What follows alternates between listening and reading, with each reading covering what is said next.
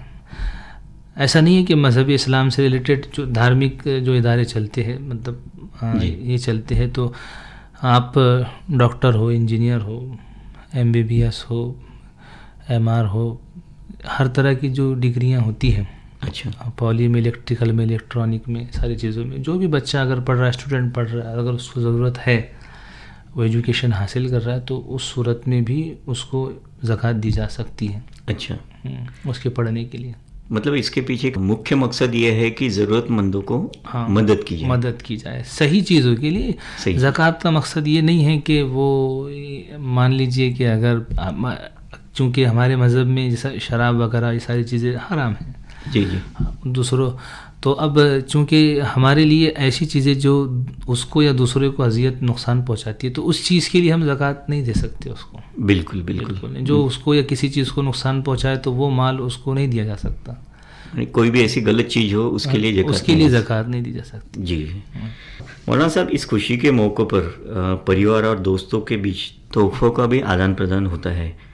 میرے خیال سے اسے عیدی کا تحفہ کہا جاتا ہے، تو اس بارے میں آپ کیا کہیں گے؟ یہ تو اب یہ دل جوئی کی بات ہے. ہمارے پیغمبر حضرت ابراہیم علیہ السلام، جن کو غالباً ابراہم کہا جاتا ہے اسرائیل میں، عیسائی لوگ کہتے ہیں ان کو، وہ بھی مانتے ہیں ان کو.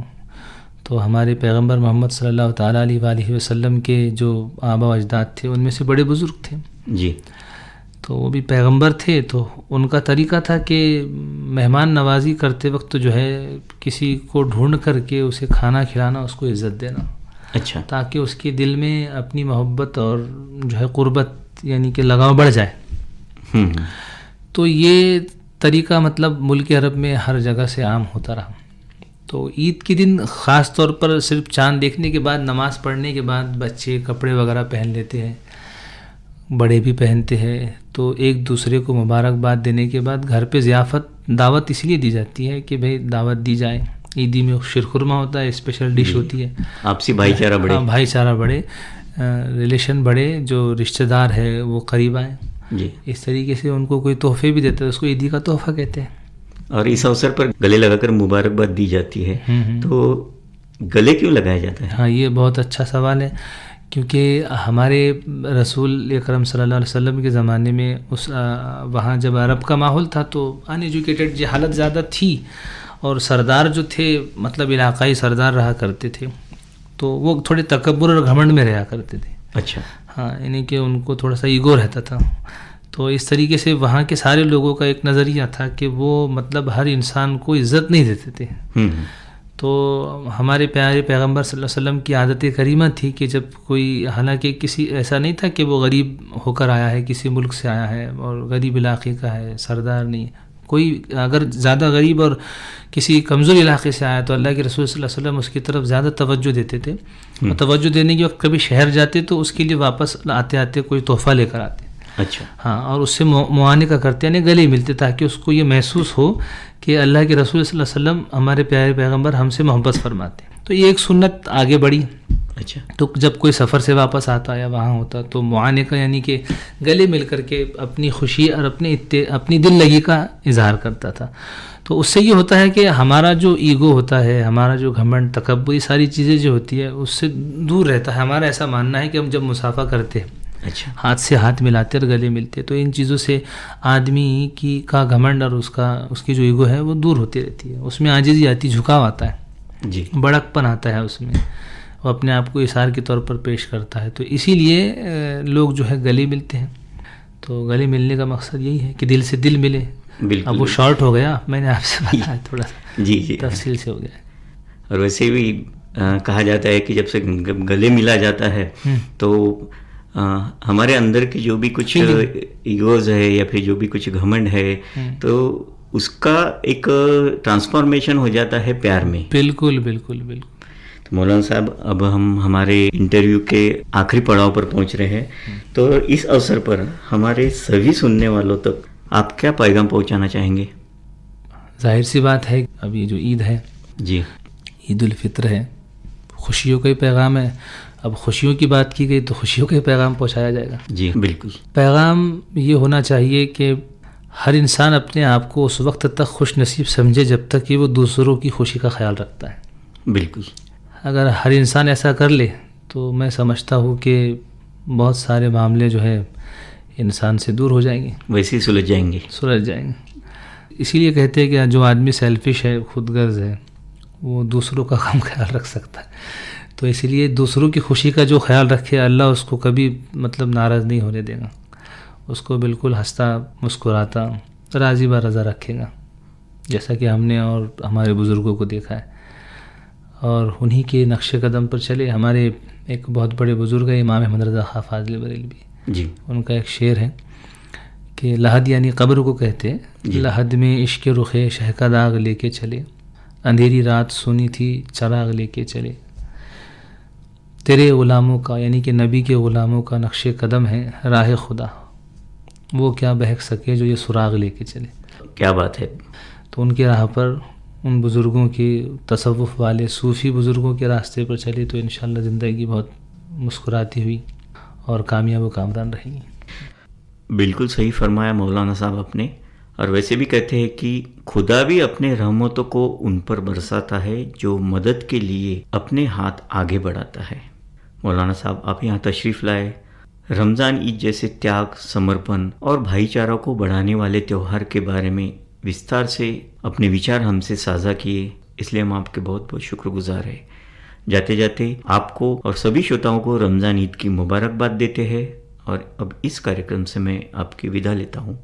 ہم بھی آپ کی بڑے شکر گزار ہے کہ آپ نے ہم کو یہاں پر بلایا اور اس لائق سمجھا کہ کچھ سوال کیے جائے، اور ہم بھی آپ کو اپنی طرف سے عید کی مبارکباد دیتے ہیں کہ آپ پر برکتیں ہوں